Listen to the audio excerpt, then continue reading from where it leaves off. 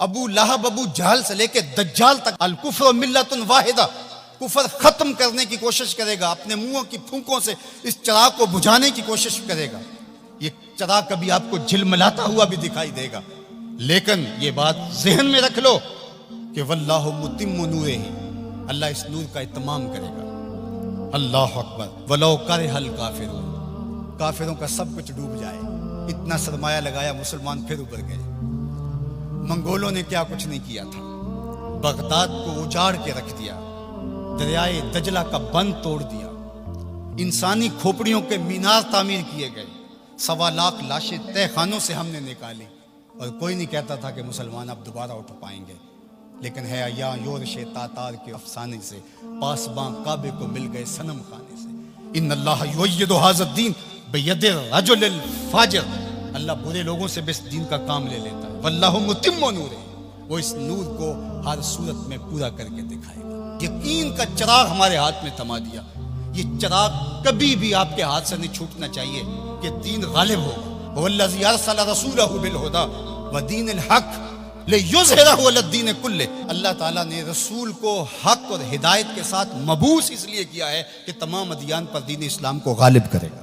اگرچہ مشرکین کو ناپسند ہو، ساری ان کی محنت ڈوب جائے گی، ساری کمائی ڈوب جائے گی، اتنا سرمایہ کیا، یہ ٹیکنالوجی کے کھڑے کیے گئے پہاڑ، یہ خریدے گئے غدار، یہ کائنات کے اندر ان کے عالی دماغوں کی محنت، دسیسہ کاریاں، پھیلائے گئے جال، یہ سب ضائع ہو گیا۔ اور اسلام جب اٹھتا ہے تو پھر اسلام اٹھ کے کھڑا ہو جاتا ہے۔ واللہ متم نورہ، اللہ اپنے نور کو ہر صورت میں اس کا اتمام کرے گا۔ اب اتمام دین کے لیے اس نے حضور کے غلاموں سے کام لینا ہے۔ آپ آئے ہو، دھوپ میں بھی بیٹھے ہو، آج عہد کر کے جاؤ کہ ہم اتمام دین کی تحریک میں عملاً شریک ہوں گے۔ اللہ اکبر، اور وہ کس طرح ہوگا؟ اللہ اور اس کے رسول کے ساتھ ہمارا تعلق اگر مضبوط ہوتا ہے تو اتمام دین ہوگا۔ پہلی بات ذہن میں رکھ لیجئے گا، دین کبھی بھی مغلوب نہیں ہوا، دین غالب رہا۔ دلائل و براہین کی روشنی میں دین ہمیشہ غالب تھا۔ سیاسی طور پہ ہم مغلوب ہوئے اور ٹیکنالوجی میں ہم مغلوب ہوئے، مختلف جگہوں پہ مختلف ذرائع میں ہم مغلوب ہوئے، لیکن اپنی فطری صداقت کے اعتبار سے دین کبھی مغلوب نہیں ہوا۔ دیگر عنوانات سے ہماری مغلوبیت ہے، اسلام اپنے فطری مزاج کے ساتھ غالب ہے۔ اللہ اور اس کے رسول کے ساتھ ہمارا تعلق مضبوط ہونا چاہیے، سطحی نہیں ہونا چاہیے، ہمارا تعلق مضبوط ہونا چاہیے۔ ہماری محبت نعروں تک محدود نہیں ہونی چاہیے، ہماری محبت صرف ہمارے لباس اور ہماری وضاحت تک محدود نہیں ہونی چاہیے، بلکہ محبت رسول کا تقاضا یہ ہے کہ ہماری روحیں بھی حضور کی غلام ہونی چاہیے، ہمارا جسم بھی حضور کا غلام، ہمارا طرز زندگی، انداز معاشرت، اٹھنا بیٹھنا، رویے، شادی بیاہ مرگ، سب کچھ حضور کی غلامی کے سانچے میں ڈلی ہو۔ دوسرا کام آپ نے جو کرنا ہے وہ کتاب اللہ سے ربط مضبوط کرنا ہے۔ جتنا مضبوط ربط قرآن سے قائم ہوگا، امت اوپر چلی جائے گی۔ صرف نعروں سے نہیں، صرف باتوں سے نہیں، میری گفتگو سے نہیں، اس اجتماع سے نہیں، آپ نے قرآن سے اپنے ربط کو مضبوط کرنا ہے۔ کوئی دن آپ کا نہ گزرے قرآن کے بغیر۔ ہم اپنے ابلاغ کو مؤثر بنائیں، اور یہ صرف مبلغین کے لیے ہی نہیں ہے، یہ ہر شخص ذمہ دار ہے کہ وہ حضور کے دین کے میسج کو آگے منتقل کرے۔ مؤثر تبلیغ کا انداز ہوگا تو اثر انداز ہوگا، اگر تبلیغ کا انداز مؤثر نہیں ہے تو وہ الٹا نقصان کا سبب ہوگا۔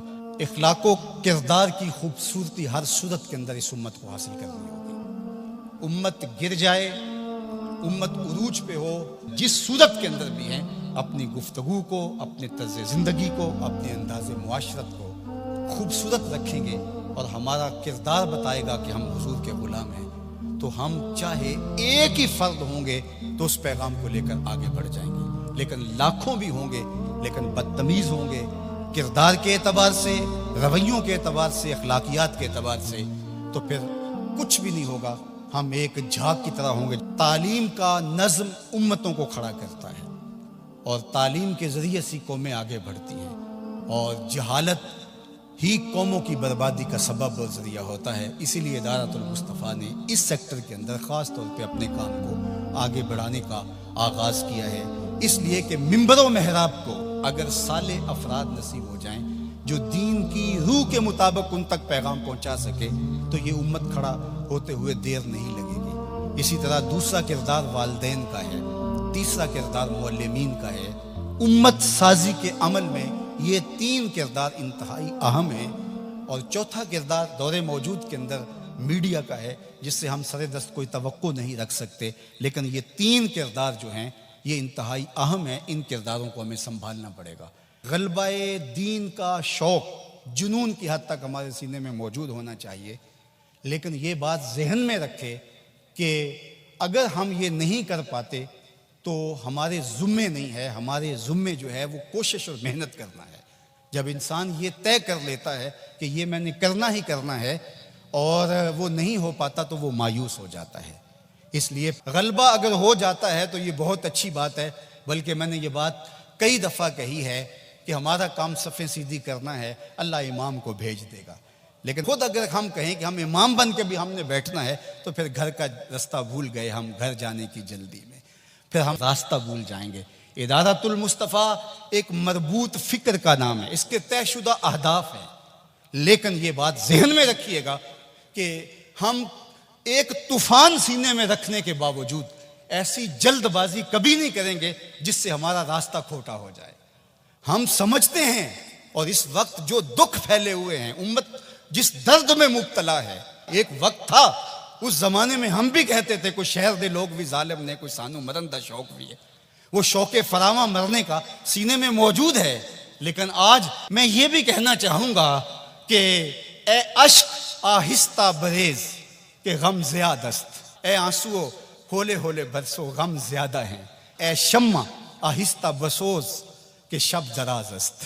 رات بہت لمبی ہے، رات بہت تاریک ہے، اس شمع کو بچا بچا کے جلانا ہے، کہیں بجھ نہ جائے یہ چراغ اور باقی آدھی رات اندھیرے میں ڈوب جائے۔ اگر تم چراغ ہدایت ہو، اگر تمہارے دم سے اجالے ہیں، اگر تمہاری وجہ سے اللہ کی مخلوق خیر کی راہوں کو اختیار کر رہی ہے، اگر تم امت کی ضروریات کو سمجھنے کی صلاحیت رکھتے ہو تو پھر ہولی ہولی جلو، اس لیے کہ شب دراز است، رات بہت لمبی ہے، اس لیے ہولے ہولے آہستہ آہستہ منزل کی طرف بڑھتے جاؤ۔ ہاں اٹھنے والا قدم رہے منزل کی طرف، چونٹی کی چال پہ بھی چلو گے تو منزل پہ پہنچ جاؤ گے۔ امت کے تصور کو ہمیشہ اجاگر رکھنا، حضور کی امت بن کے رہنا۔ آپ اپنی شناخت کو، آپ کی علاقائی شناخت ہے، آپ کی مسلکی شناخت ہے، آپ کی خاندانی شناخت ہے، آپ کی جو بھی شناختیں ہیں ان شناختوں کو باقی رکھو۔ میں ان شناختوں کا انکار نہیں کرتا، لیکن آپ کا تعارف امت کے حوالے سے آگے بڑھنا چاہیے، اور امت یہ ایک آفاقی تصور ہے کہ جو آپ کو کھڑا کر دے گا اور آقا کریم علیہ السلام کی تسکین قلب کا سبب اور ذریعہ بنے گا۔ جب علماء مشائخ ایک دوسرے کے جبے ادھیڑ رہے ہوتے ہیں، منبر رسول جو حضور کا دیا ہوا ہوتا ہے اس پہ ایک دوسرے کو کافر کہہ رہے ہوتے ہیں، اور کسی کو کافر کہنے پہ جشن منا رہے ہوتے ہیں، اور ان کی پگڑیاں ادھیڑ کے اس کی دھجیاں بکھیر رہے ہوتے ہیں اور اس پہ رقص کر رہے ہوتے ہیں، گنبد خضرا میں رسول اللہ کو کتنی تکلیف ہوتی ہوگی۔ تو اس لیے امت بن کے رہو، بکھر کے نہ رہنا۔ سیاسی شعور اچھی طرح سے آپ پہ اندر ہونا چاہیے۔ ہم انتخابی سیاست سے گریز اس لیے کرتے ہیں کہ اس کا نتیجہ ہماری آنکھوں کے سامنے ہے کہ 70 سال میں کچھ نہیں ملا، تو آئندہ ہم جو میسر ہے وہ ہم جو کر رہے ہیں وہ بھی کیوں چھوڑ بیٹھیں۔ اس لیے کہ جو میں کر رہا ہوں اس سے حقیقی سیاسی شعور پیدا ہوگا، رجال کار پیدا ہوں گے، افراد سازی کے عمل سے ہم گزر رہے ہیں۔ وہ ایک زمانے میں مجھے کسی نے کہا کہ آپ ضرور آئیے، اور بڑی ہی محبت کا اظہار کیا اور بہت سبز باغ بھی دیے۔ تو میں نے ان کو پیر نصیر الدین علیہ رحمہ کا ایک قول سنایا کہ ایک زمانے میں ان کو وقت کے ایک حکمران نے کہا کہ جناب آپ آئیے، ہم آپ کو وزیر بنانا چاہتے ہیں۔ تو انہوں نے ہنس کے کہا میں بادشاہ، تو مجھے وزیر بنانا چاہنا ہے۔ اس لیے ہم انتخابی سیاست کا کوئی عملی نتیجہ نہیں دیکھتے۔ اور اگر آپ سوشل میڈیا اور الیکٹرانک میڈیا دیکھتے ہیں تو آج کل جو ہاہاکار مچی ہے، جو اندھیر نگری ہے، جو لہجوں کی عجیب بدبو پھیلی ہوئی ہے، تو کیا کوئی یہ پسند کرتا ہے کہ میں بھی جا کے اس ماحول میں کھڑا ہو جاؤں؟ اور اگر کوئی کہتا ہے نہیں جناب آپ صاف سیاست کیجئے، تو میاں یہ صاف سیاست کا تو ماحول پیدا کر رہے ہیں۔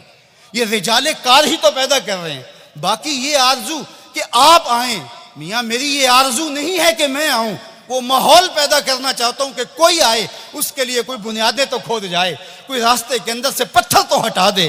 سب نے یہ کہا کہ میں آؤں گا، لیکن راستے کے اندر پتھر پڑے تھے۔ ہمارا مشن ان پتھروں کو ہٹانا ہے، راستے ہموار کرنا ہے، اور ہم نے دیر تک اس کام کی طرف جانا ہے۔ اے شمع آہستہ بسوز کہ شب دراز است، اے اشک آہستہ بریز کہ غم زیاد است، سینوں میں طوفان ہے کل بھی کل مرجل، میرا سینہ جل رہا ہے ہنڈیوں کی طرح، میرا بھی جی چاہتا کسی دیوار سے ٹکرا جاؤں۔